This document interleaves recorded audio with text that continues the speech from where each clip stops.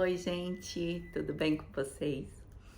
Tô aqui para contar um pouquinho do que aconteceu comigo e de como eu fiquei tetraplégica, tá? Essa é a parte resumida da história, só para vocês me conhecerem um pouquinho melhor. Depois eu prometo que eu volto aqui com um vídeo super detalhado de tudo que aconteceu antes, de como estava a minha vida e tudo mais.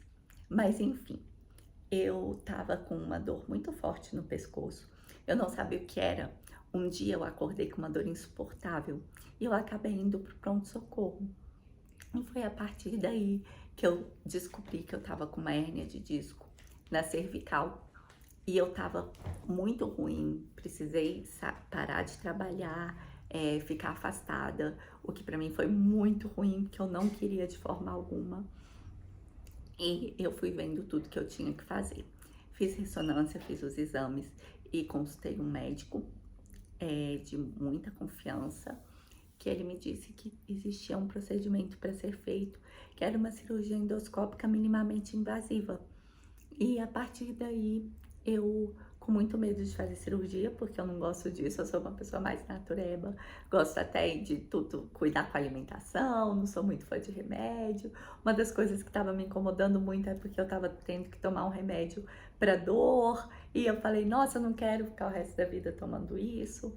E saltava de paraquedas, então eu precisava do meu braço bom, e queria ter filho. Então, assim, não era um momento para eu ter um problema daqueles.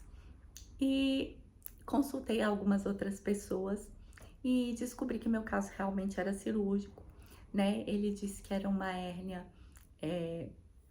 que tinha se instalado ali e que estava comprimindo o meu nervo e por isso estava provocando toda essa dor e tudo mais, e que eu tinha que fazer a cirurgia.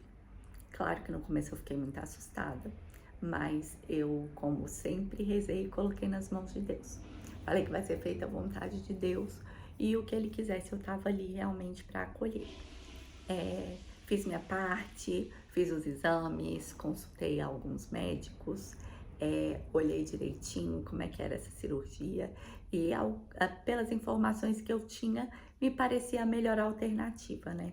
Que era uma cirurgia endoscópica e menos agressiva e que logo logo eu estaria de volta ao trabalho.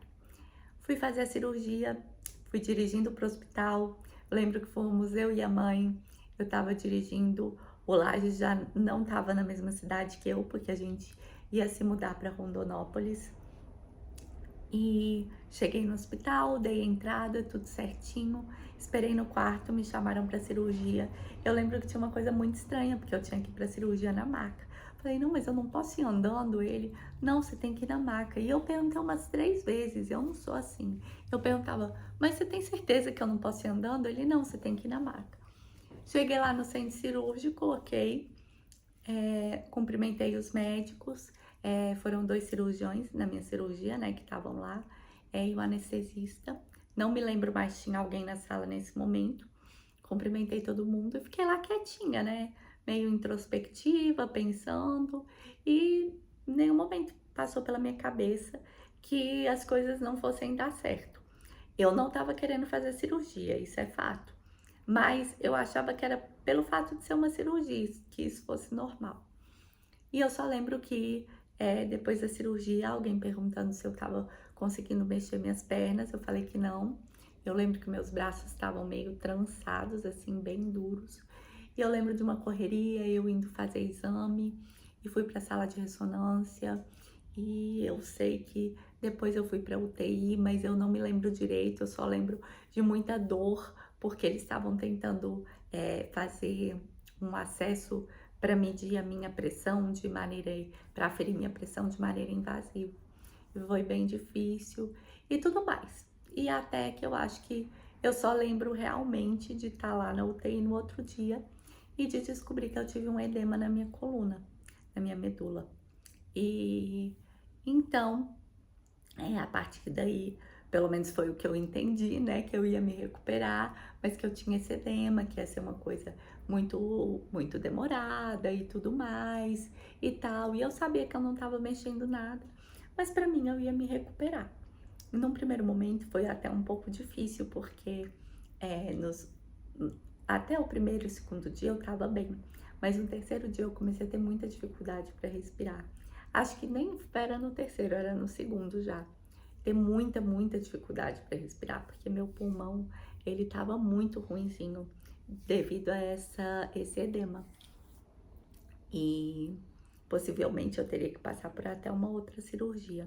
Mas mais pra frente eu conto aí pra vocês como é que foi isso direitinho.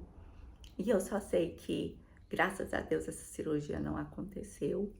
E graças a Deus os remédios começaram a fazer efeito e o edema foi diminuindo.